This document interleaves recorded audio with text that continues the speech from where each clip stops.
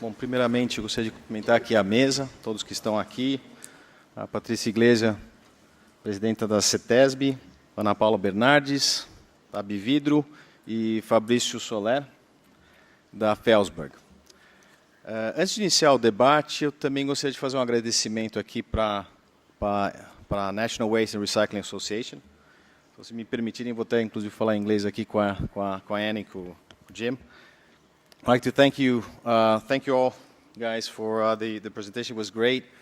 I think there's a few points that you brought up to us that I think brings us to reflect a little bit about Brazil, and I think this is also going to be part of the debate this afternoon.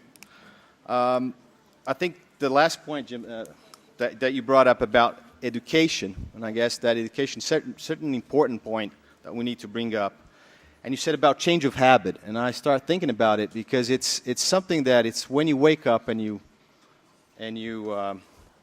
organize your bed, or you do certain things that you learn when you were very little, and you keep on doing that along your life. These are the things that make the difference. So when we talk about education, I think we should reflect on that and see what we do in our schools with our young folks in terms of waste. We're really teaching them to have the right habits that we need to do. I know that some countries like Japan have really good examples on that, and I think we should take a look on that.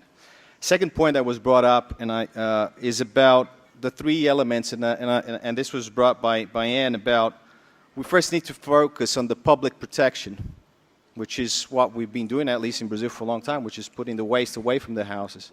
The second one is the environment. So then it's like, where are we putting this waste? How are we going to protect the environment? For the third stage is to look into the resources and how we could do something better with them.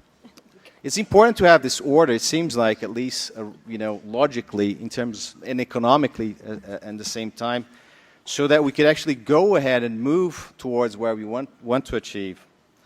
Another thing that brought my attention here, and I believe most of you all, that about San Francisco. Now, we hear a lot about San Francisco, and indeed, don't get me wrong, San Francisco has really good examples.